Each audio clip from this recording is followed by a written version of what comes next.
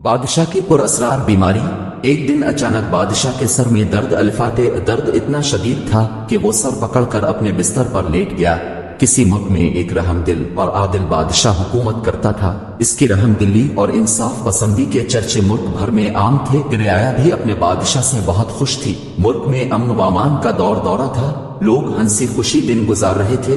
ایک دن اچانک بادشاہ کے سر میں درد الفات درد اتنا شدید تھا کہ وہ سر پکڑ کر اپنے بستر پر لیٹ گیا۔ شاہی حکیم نے بادشاہ کی نبض دیکھی اور انتہائی تشویش کا اظہار کرتے ہوئے ملکہ سے کہا، بادشاہ سلامت کسی نامعلوم بیماری میں مبتلا ہے۔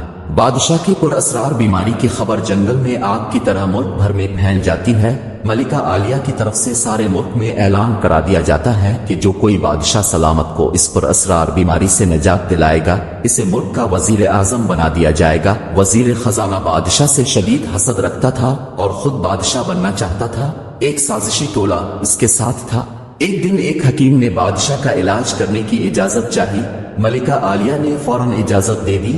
جب حکیم نے بادشاہ سلامت کی نبض دیکھی تو شدید تشویش کا اظہار کرتے ہوئے ملکہ عالیہ سے علیحدگی میں جا کر کہا، بادشاہ سلامت کو کوئی پراسرار بیماری نہیں، بلکہ انہیں ایسا زہر دیا جا رہا ہے جو آہستہ آہستہ اپنا اثر کرتا ہے، جس سے انسان کا دماغ ناکارہ ہو جاتا ہے اور وہ ہلنے جلنے کے قابل بھی نہیں رہتا۔ معاف کیجیے گا، مجھے تو ایسا محسوس ہوتا ہے جیسے بادشاہ سلامت کے خلاف کوئی بڑی سازش کی جا رہی ہے۔ ملکہ عالیہ نے حکیم صاحب کی بات بڑے غور سے سننے کے بعد اس کا شکریہ ادا کیا اور کہا، اب جلد از جلد بادشاہ سلامت کا علاج شروع کریں، میں اس معاملے کو دیکھتی ہوں۔ حکیم نے کہا، وہ زہر کا اثر ختم کرنے کی ایک نایاب جڑی بوٹی ہے جو صرف کالے پہاڑوں کے دامن میں پائی جاتی ہے۔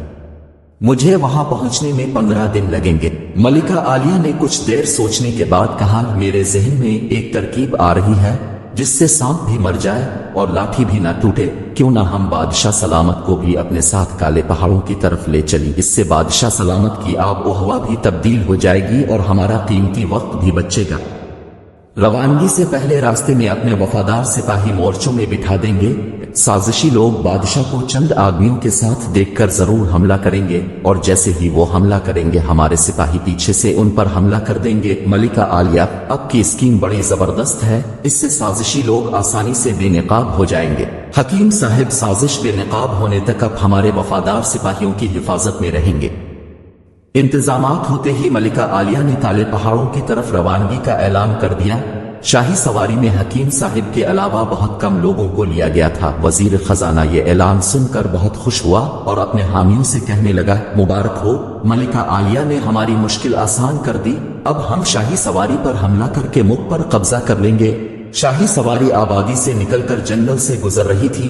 وزیر خزانہ کے ایک جاسوس نے جو شاہی سواریوں میں شامل تھا، موقع پاتے ہی لال رنگ کے غبارے فضا میں چھوڑ دیے۔ وزیر اسی اشارے کا منتظر تھا۔